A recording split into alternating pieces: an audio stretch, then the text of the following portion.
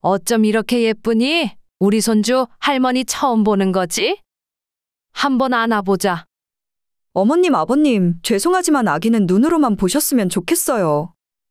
뭐라고? 아까 집에 들어오자마자 손 씻었어. 소독까지 다 했다. 아니요, 손 씻어도 밖에서 세균 같은 거 묻어왔을 수도 있잖아요. 아기는 원래 샤워하고 옷까지 싹 갈아입고 만지는 것이 저희 원칙이라 그래요. 맞아요, 엄마. 조금 아쉽더라도 주의해주세요. 요즘 세상이 워낙 흉흉하니까요. 너희들 그럼 아이 데리고 밖에 외출도 안 하니? 그거랑 이거랑은 다르죠. 어쨌든 저희 방침이 그러니까 이해해주세요. 우리가 무슨 병균 덩어리라도 된다는 소리니? 이럴 거면 애초에 집에 오라고 부르질 말았어야지. 알았다. 아기한테 병 옮기기 전에 우리가 갈게. 오늘 이야기의 주인공은 60대 김씨입니다. 그리고 그녀의 아들과 며느리에 대한 이야기죠. 아들을 결혼시키고 손주까지 보게 된 기쁨은 아주 잠시뿐이었고 아들 며느리에게 이런 취급을 당할 것이라고는 상상조차 해본 적이 없었습니다. 분통이 터진 상태로 집에 돌아오면서도 아들 며느리가 유별나게 구는 것이 모두 아이를 위한 일이라고 생각했습니다. 하지만 그게 아니라 그저 며느리가 시댁 식구들을 싫어하는 것이라는 걸 깨닫고 난 이후로는 김 씨의 마음도 다치게 되었어요. 아들이 결혼을 한 지 3년이 채 되지 않았는데 새로운 식구와 잘 지내고 싶었던 김 씨의 노력은 모두 물거품이나 마찬가지였어요. 처음부터 마음을 꾹 닫고 있던 며느리에게 아무런 소용이 없던 일이었습니다. 아들은 어릴 적부터 조용한 성격이라 말썽 한 번 부린 적이 없었어요. 공부를 안 해서 혼이 나거나 학교에서 문제를 일으킨 적도 없었죠. 서울의 좋은 대학을 졸업했고 대기업 직장을 들어가서 남들의 부러움을 사기도 했었습니다. 오히려 30이 넘도록 여자친구 한 번 만나는 모습이 없어서 김 씨가 걱정을 하기도 했었어요. 하지만 34살이 되었을 때 집으로 한 아가씨를 데려와 소개시켰고 바로 그해 가을 결혼식까지 올렸습니다. 며느리 직장 근처에 신혼집을 얻었고 김 씨의 집에서 차로 1시간 정도 거리였어요. 아들이 결혼하기 전에도 혼자 자취를 하고 있었지만 그래도 한 달에 한 번 이상은 김 씨의 집에 찾아와 얼굴을 보이곤 했었습니다. 그런데 결혼하고 나서는 혼자가 아니었기 때문인지 1년에 2번 명절 때 말고는 얼굴 보는 것이 힘들었어요. 혹시라도 김 씨는 며느리가 불편해할까봐 명절에도 모든 음식 준비를 혼자 다 해두었고 아들 며느리는 찾아와서 밥만 먹고 가게 배려했어요. 아들이 결혼하고 몇 달이 지나 김 씨는 남편과 함께 처음으로 아들의 집에 방문하게 되었습니다. 근처에 볼 일이 있어 들렀다가 아들 집에 들러서 같이 식사나 하고 갈 계획이었죠. 어쩌다 보니 초행길이었는데 아들은 집 주소만 딸랑 문자로 보냈기 때문에 택시를 타고 찾아갔습니다. 기사님, 잠시만요. 여기에서 세워주세요. 아파트 근처에서 과일 가게를 발견한 김 씨는 택시를 세워 과일 한 박스를 샀습니다. 처음 가는 아들의 신혼집인데 빈손으로 갈 수는 없었으니까요. 김 씨와 남편은 과일 상자를 들고 아들의 집 쪽으로 향했습니다. 초인종을 누르자 며느리가 혼자 나오더라고요. 어머님, 아버님 오셨어요? 그래, 오랜만이다. 잘 지냈니? 사온 과일을 식탁 위에 올려두고 소파에 걸터 앉았는데 아들이 없이 며느리와 함께 있다 보니 어색해서 할 말도 없었습니다. 며느리는 소파 귀퉁이에 걸터 앉아 핸드폰에만 눈을 고정하고 있었어요. 물 한 잔 마시고 싶었지만 물을 달라고 하면 괜히 심부름을 시키는 것 같고 그렇다고 김 씨가 주방에 서성이기에도 며느리 눈치가 보이더라고요. 아들이 언제 오나 며느리에게 물었지만 곧 온다는 퉁명스러운 단답이 돌아왔습니다. 며느리는 누군가와 메시지를 주고받고 있는지 휴대폰을 쉴 새 없이 만지고 진동이 계속 울려댔지만 며느리의 표정은 점점 구겨져만 갔어요. 괜히 가시방석에 앉아있는 기분이었고 목마름을 참다 못한 김 씨가 물 한 잔만 달라고 했더니 며느리는 시선을 핸드폰에 고정한 채 짧은 대답만 돌아왔습니다. 주방에 정수기 있어요. 물컵도 어디 있는지 몰랐지만 허둥지둥하며 물을 마셨고 김 씨가 이 집에 들어와 20분도 채 머물지 않았는데 시간은 몇 시간이 지나간 것처럼 불편했어요. 오늘 아들이 많이 늦나 보네. 같이 밥 한 끼 하려 했는데 다음에 와야겠다. 김 씨가 남편의 옆구리를 찌르며 자리에서 일어났더니 며느리는 반색을 하며 같이 일어났어요. 아, 그러실래요? 다음에 저희가 어머님 댁으로 찾아갈게요. 그 모습을 보니 기분이 상할 수밖에 없었죠.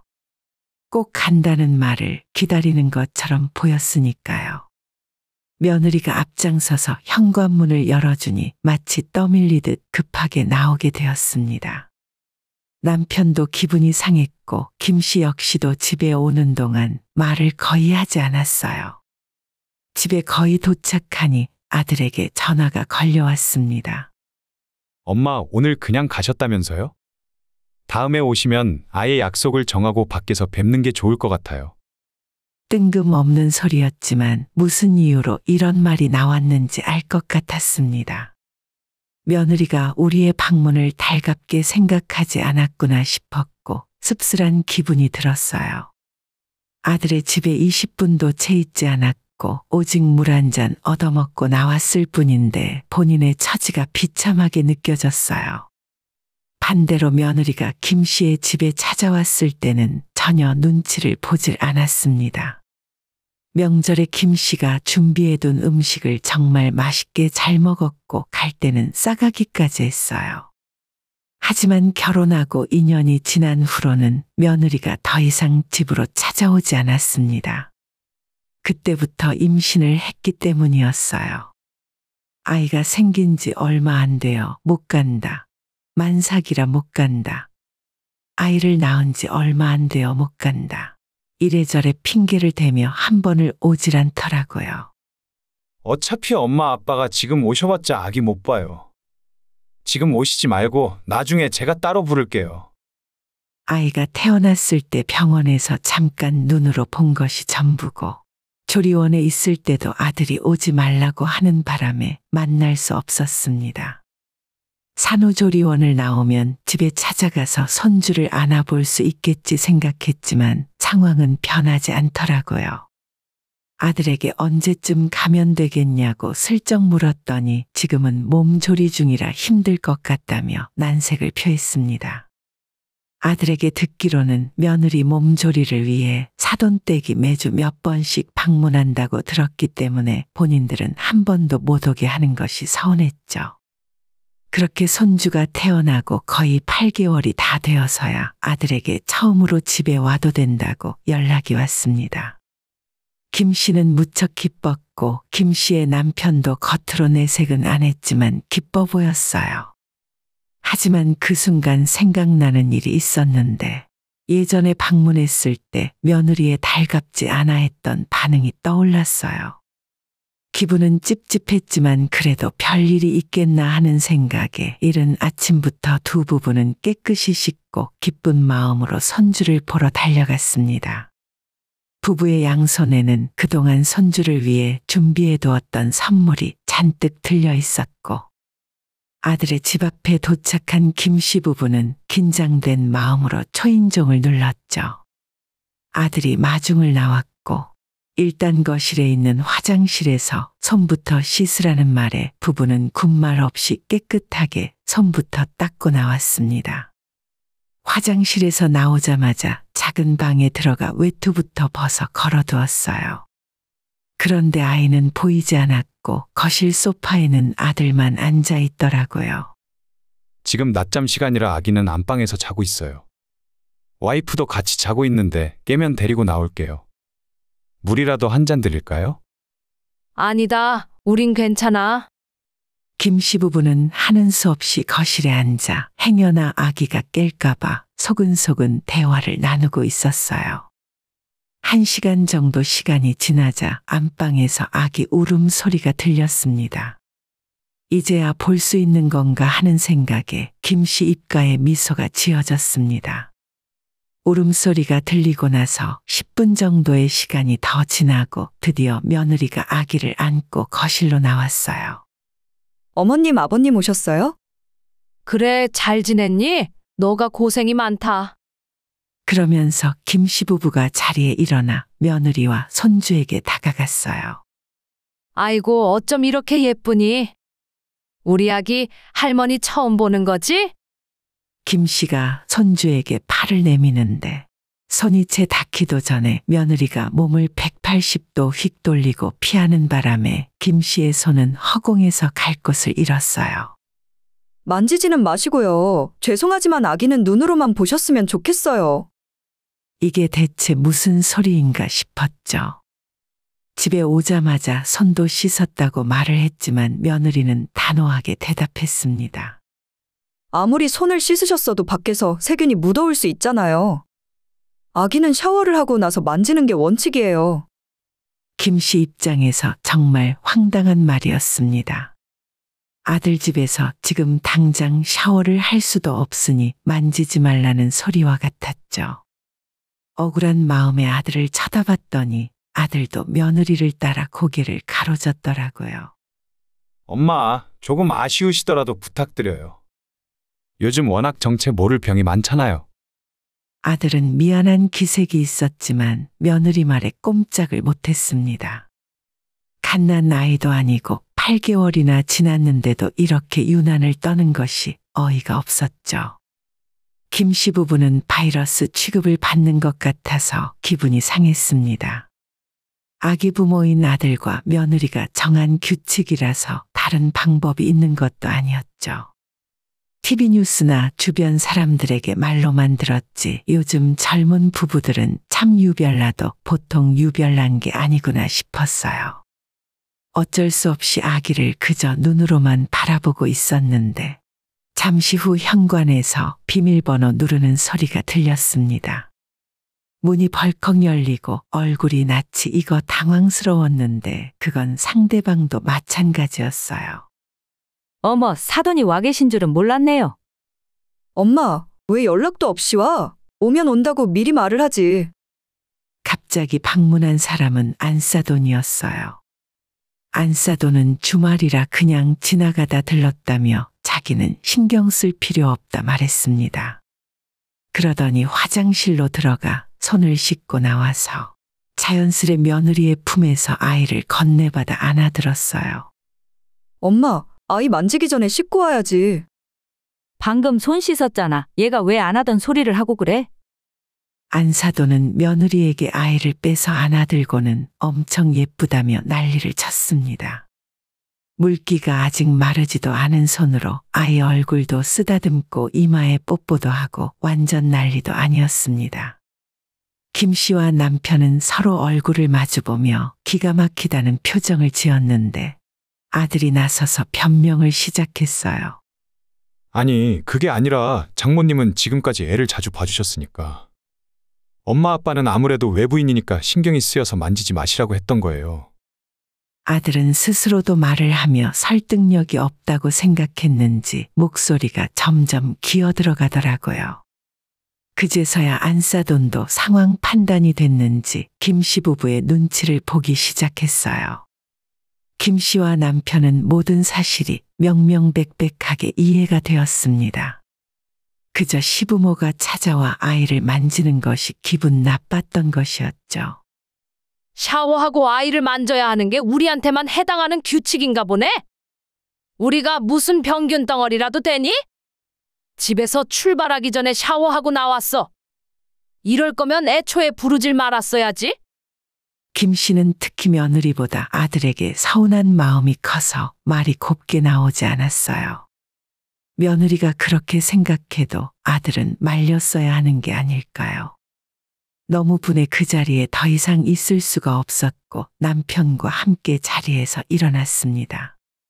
아들이 양말바람에 엘리베이터 앞까지 따라 나왔지만 필요 없으니 들어가라 하고 집으로 내려왔어요. 김 씨는 그날 저녁 안사돈 앞에서 느꼈던 모멸감 때문에 잠도 이루지 못했습니다. 얼마나 자신들이 우습게 보였을까 생각하면 당장이라도 불이 나는 것 같았죠. 아들은 결혼하면 남이라더니 그 말이 진리였습니다. 김 씨가 집에 돌아온 직후에도 그 다음 날에도 아들은 전화를 해서 한참을 며느리를 감싸며 변명을 늘어놓았어요. 이런 상황에서도 며느리는 문자 한 통이 없었죠. 이렇게 결혼한 자식과 부모는 거리를 두게 되나 보다 싶었습니다. 몇 달 후 설날이 돌아왔고 김 씨는 아들에게 집에 찾아올 필요 없다고 먼저 이야기를 해버렸습니다. 그러면서 앞으로도 찾아올 필요 없다고 말했죠. 아들 며느리에게 더 이상 아무런 좋은 감정이 없는데 진수성찬을 차려놓고 기다리고 싶지도 않았습니다. 하지만 시간이 지나 손주가 두 돌이 되었을 때 아들은 김 씨에게 전화를 걸어 아쉬운 소리를 시작했어요. 엄마, 나 좀 도와주세요. 몇 달 전부터 안사돈에게 아이를 맡기고 며느리가 회사에 복직을 했다는 소식은 듣고 있었습니다. 최소 2년은 사돈이 아이를 봐주고 그 뒤로 어린이집에 보내기로 했다는데 안사돈이 화장실에서 넘어져 허리를 크게 다쳐 아이를 볼 수 없다 하더라고요. 엄마, 2년까진 바라지도 않고 1년만이라도 우리 집에 오셔서 도와주실 수 없을까 해서요. 아들의 말은 결국 김 씨에게 자기 집으로 올라와 애를 보라는 말이었습니다. 내 배 아파 낳은 아들이지만 어쩜 이렇게도 염치가 없나 싶었어요. 세균 덩어리 엄마한테 너희 애를 맡길 수가 있겠니? 엄마는 아직도 그 이야기예요? 그때는 제가 죄송했다고 말씀드렸잖아요. 아직 애가 어려서 어린이집 보내기도 힘들어요. 딱 1년만 도와주세요. 남들은 첫돌 지나면 어린이집 잘만 보낸다더라. 너희 애니까 너희가 알아서 해. 태어나서 한 번 안아본 적도 없어서 손주인지 남의 집 애인지도 모르겠다 나는. 엄마, 진짜 너무 매정한 거 아니에요? 매정하긴 누가 매정해? 부모 마음에 대못 박는 소리 하지 말고 너희 일은 너희가 알아서 해라. 김 씨는 끝내 아들의 부탁을 거절했어요. 이제 와서 사과를 한다고 해도 이미 일어난 일은 수습할 수 없었고 김 씨는 앞으로도 아들 며느리와 한 공간에서 지낼 자신도 없었습니다. 서로 거리를 두고 지낸 동안 가끔 전화나 한 통씩 하고 지냈지 얼굴도 거의 본 적 없었거든요. 어쩌면 며느리는 멀어진 사이가 반가웠겠지만 그건 김 씨도 마찬가지였어요.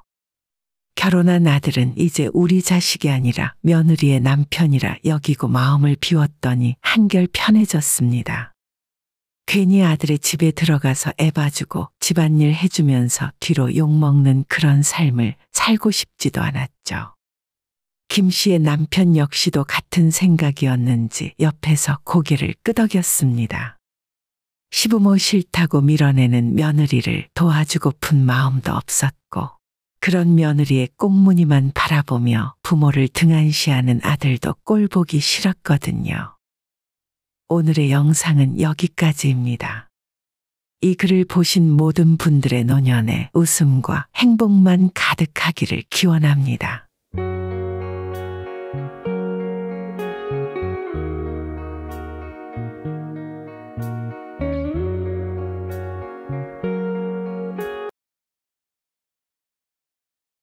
저는 경기도 성남에 살고 있는 환갑이 훌쩍 넘은 나이의 아줌마입니다.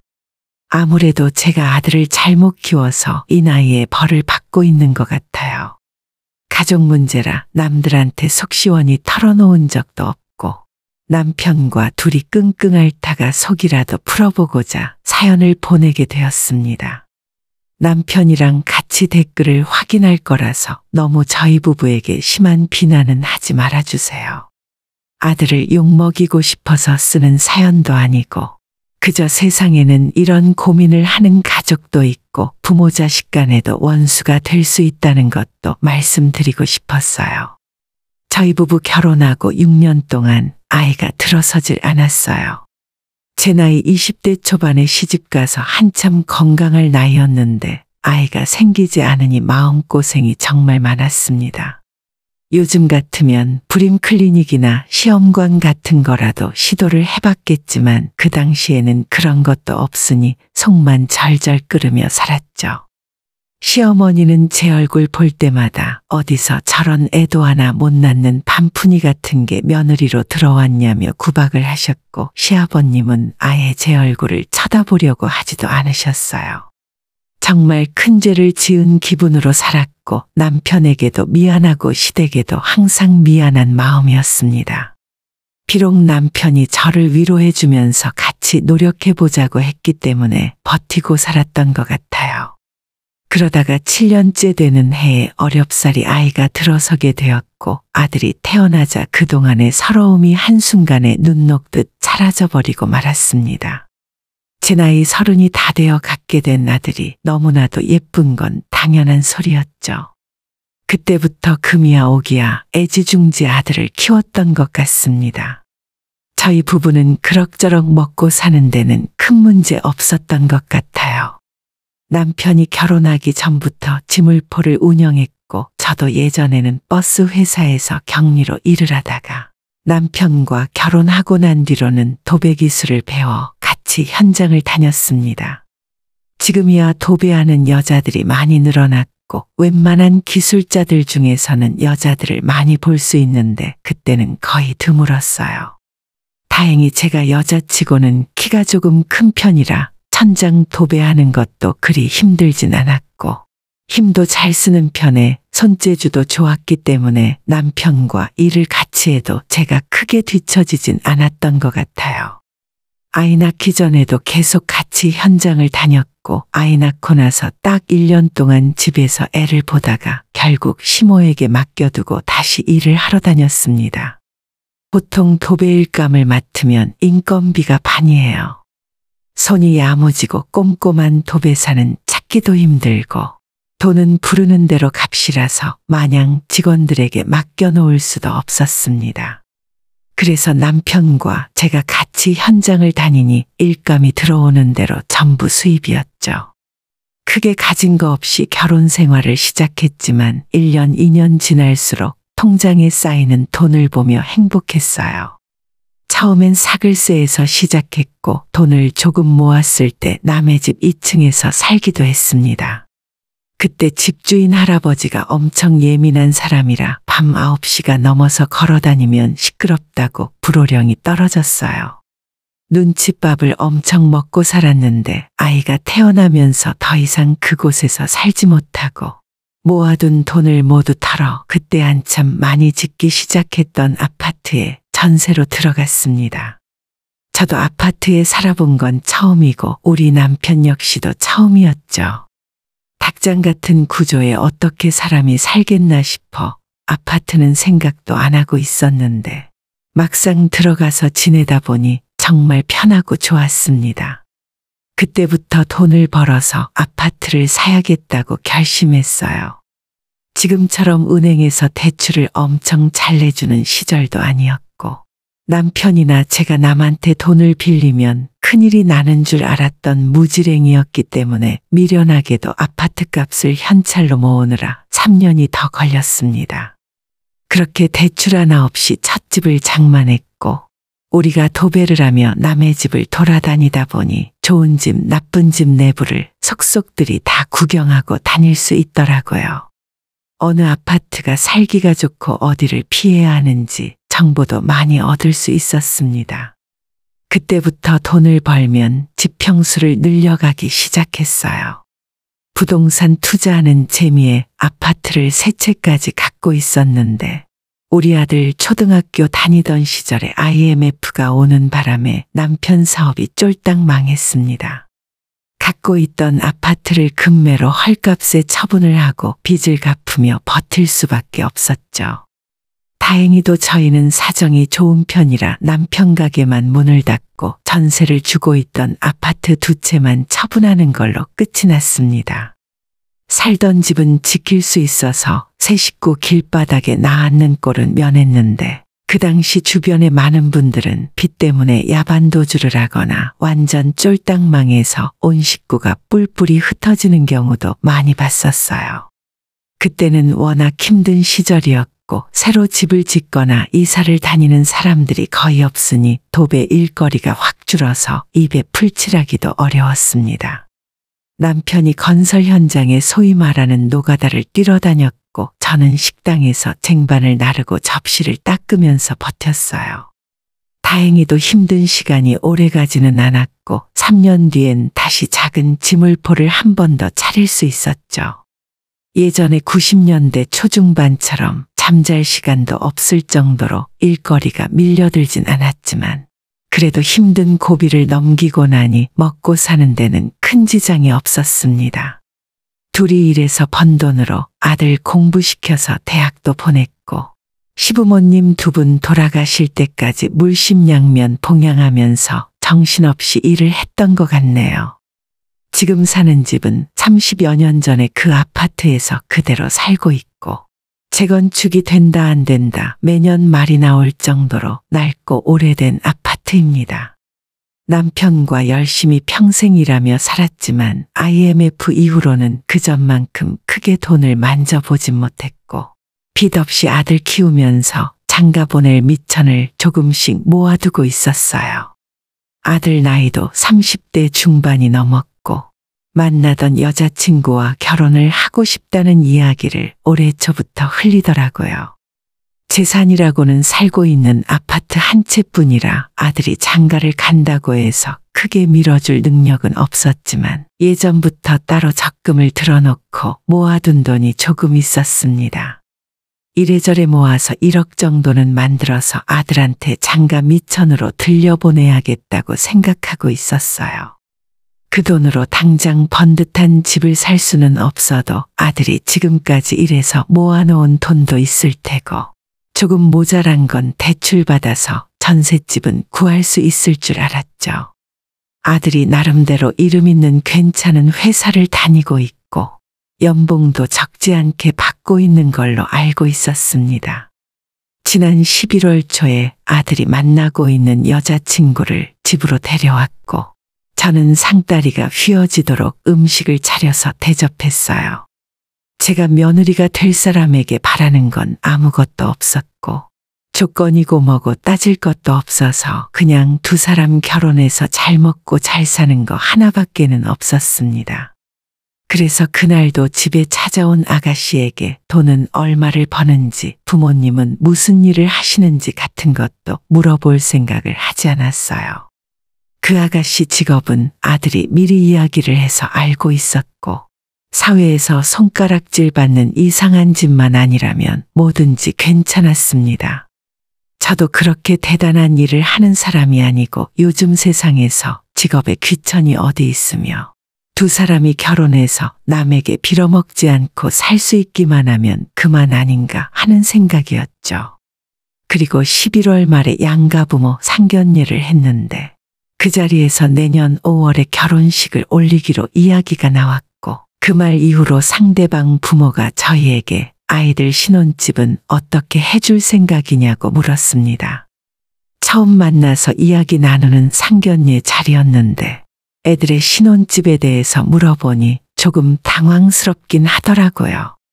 그래도 생각하고 있던 대로 아이들은 아파트 전셋집을 얻을 수 있도록 도와주겠다고 대답을 했는데 왠지 상대방 부모의 표정이 그리 좋아 보이진 않았습니다. 그래서 그날 집에 돌아와서 아들이랑 신혼집에 대한 이야기를 처음으로 나누었어요. 너희들 두 사람 생각은 어떻게 하고 싶냐 물었더니 전혀 예상치 못한 대답을 듣게 되었습니다. 전세는 좀 그렇지 않아? 나는 엄마 아빠가 집 사주는 줄 알고 있었는데 여자친구한테도 그렇게 이야기했었거든.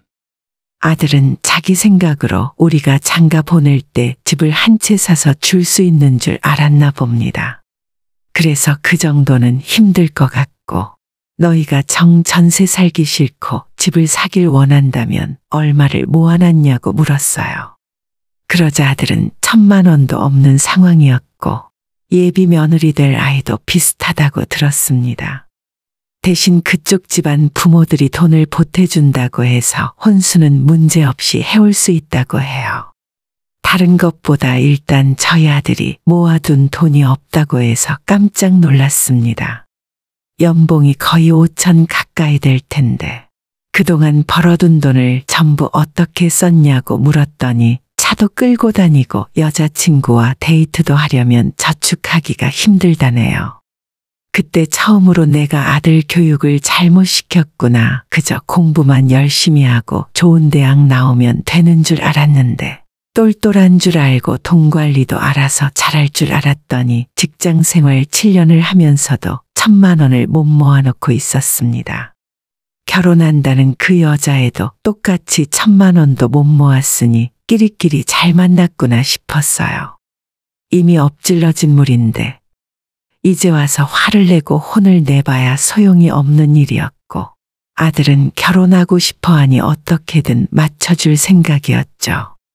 그럼 우리가 원래 너 결혼할 때 1억을 해주려고 모아두고 있었는데 그걸 줄 테니 나머지는 은행 대출 받아서 갚으면 되겠네. 지하철역 근처에 빌라는 3억 정도면 되니까 2억 대출 받아서 둘이 갚으면서 살아. 아들한테 그렇게 이야기를 했고 다 같이 부동산 시세를 검색해 봤더니 3억이면 충분히 방 2개 있는 빌라는 살 수 있겠더라고요.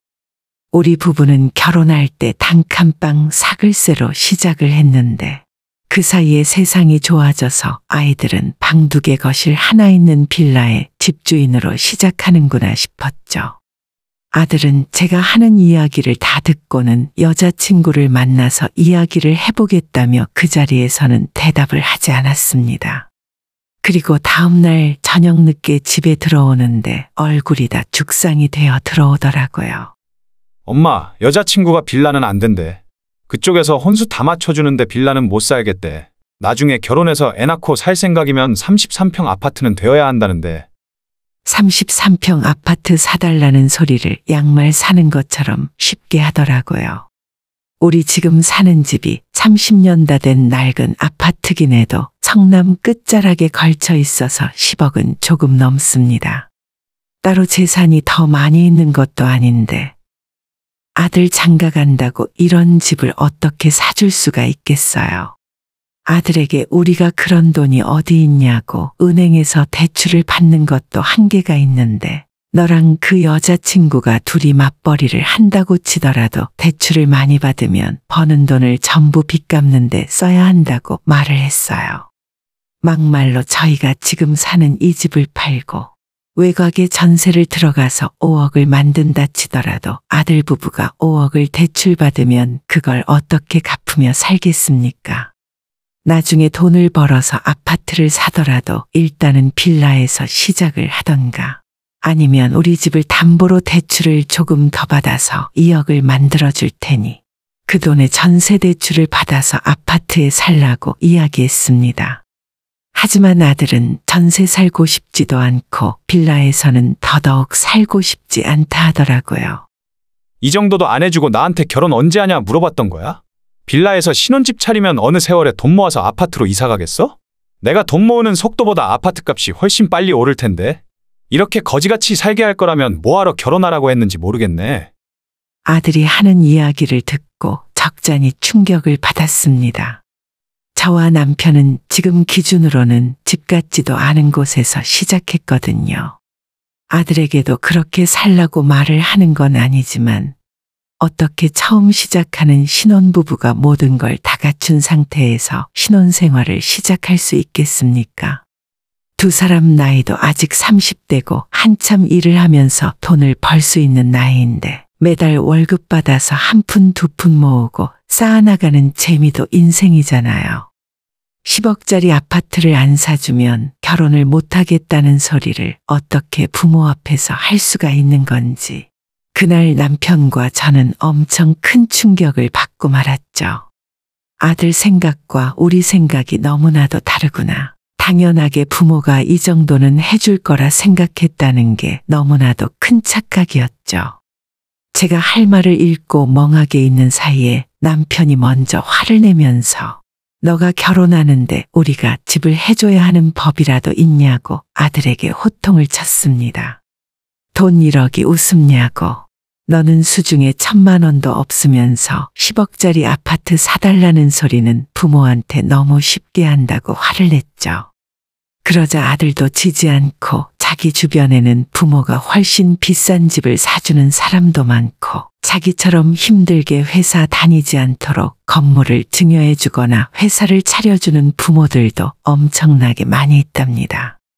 결혼할 때 집 해주는 정도는 아주 양심 있는 거라면서 이 정도 해주지 않으면 자기는 평생 결혼 못하겠다고 딱 잡아대더라고요.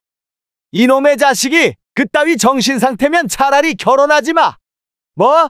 집을 안 사주면 결혼도 안 할 거고 평생 손주 볼 생각도 하지 말라고?